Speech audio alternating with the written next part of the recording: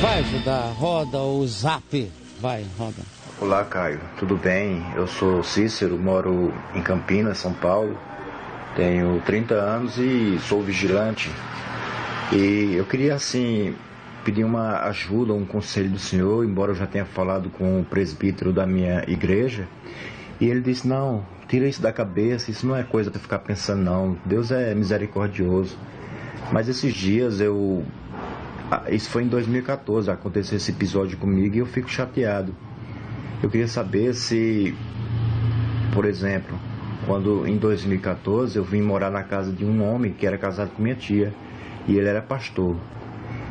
E em uma determinada situação minha mãe foi morar com eles e ele começou a dar cantada na minha mãe, a minha mãe ficou chateada, enfim.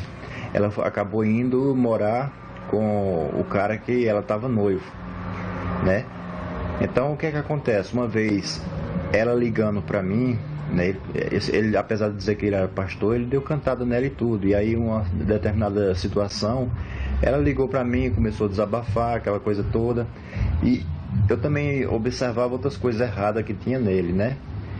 E eu disse, mãe, além disso ele é um cara que ele é meio interesseiro, ele é um cara que só pensa em dinheiro, apesar de ser um cara já velho.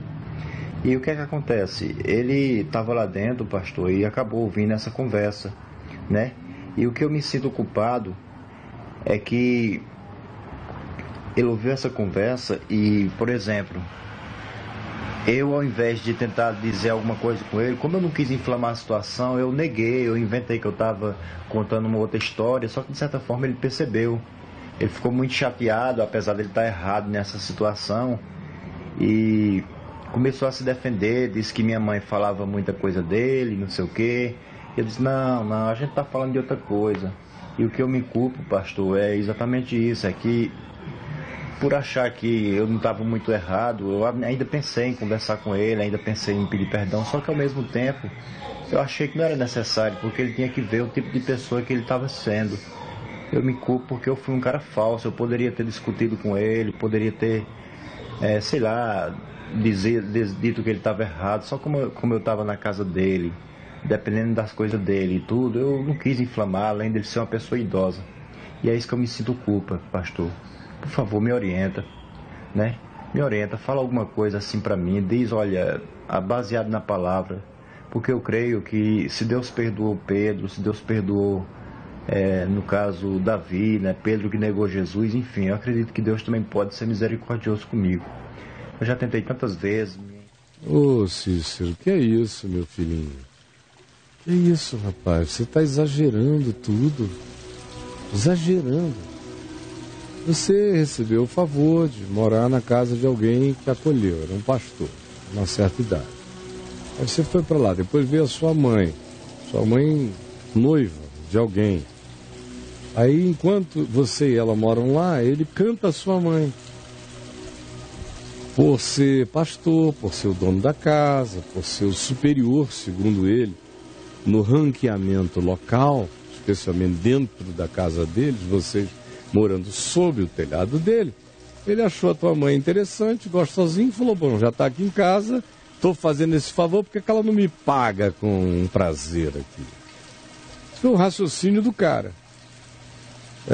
Um raciocínio torpe. Porque ou ele hospeda para hospedar, ou ele não hospeda para comer, para abusar, para sequestrar, para fazer reféns, dependentes. Infelizmente, a compensação que ele quis, por estar sendo hospedeiro, foi esse tipo de pagamento que a sua mãe não teve para dar. Aí você fica se sentindo culpado porque ouve a sua mãe dizer o que esse homem está fazendo, e você diz, ele não só faz isso, mas infelizmente também ele é uma pessoa que pensa bastante em dinheiro, em posse, em bens, e ele ouve. E você fica culpado para sempre, como se você fosse o Davi, que adulterou com a Batsebe e mandou botarem Urias, marido dela, na linha de frente para ser assassinado.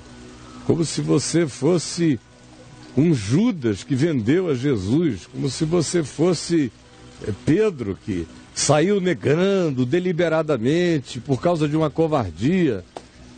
numa relação de uma profundidade infinitamente maior do que essa tolice de porta de botequim que aconteceu aí, e você é tão frágil espiritualmente, psicologicamente, emocionalmente, a religião te fez um ente tão culpado, meu filho, tão impressionadamente culpado, tão devedor, tão não justificado, tão não perdoado, até hoje, que esse episódio se transformou num tema imenso na sua cabeça, numa desproporção louca, invertendo inclusive a ordem dos pesos e dos significados.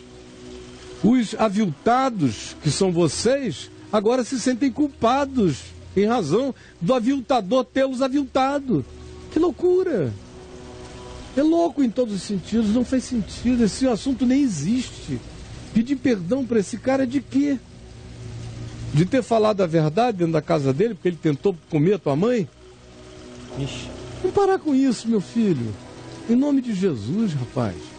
Então, estão perdoados os teus pecados. Os teus pecados não são esses aí. Esses aí, perdoe o pecado desse cara. Perdoe, Senhor, tem misericórdia dele. Ilumina, o ajuda a compreender, a entender, a se converter. Agora, quanto a você, ande no seu caminho, você não fez nada, rapaz. Você comentou com a sua mãe, você nem falou com ninguém, não foi calúnia nenhuma. E num contexto absolutamente íntimo de alguém que estava querendo levar sua mãe para a cama, dentro da casa dele. Era o mínimo a fazer, o mínimo. O melhor teria sido realmente confrontá-lo e sair de lá. Agora não foi isso que aconteceu e a dívida não é sua, está pago, está resolvido. O resto que me preocupou foi a intensidade da sua culposidade neurótica. De 2014 para cá, com essa espada na cabeça, e olha, é um canivetezinho suíço desse tamanho. Não serve para nada. E você fez disso a espada de Golias. Tem uma desproporção enorme na sua alma que precisa ser curada. Esse é o problema. Eu quero que você leia o meu site, o caifab.net. Leia o meu site. Escreva a palavra culpa. Neurose culposa. Neurose culposa. Vá lá, escreva neurose. Você vai ver um monte de textos. Porque você está neurótico.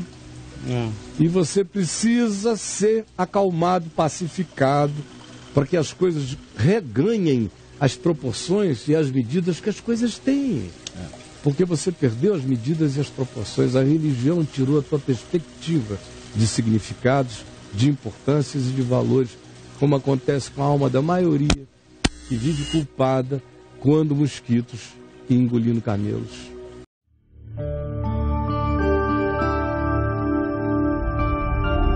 Vem IVTV, o canal é você.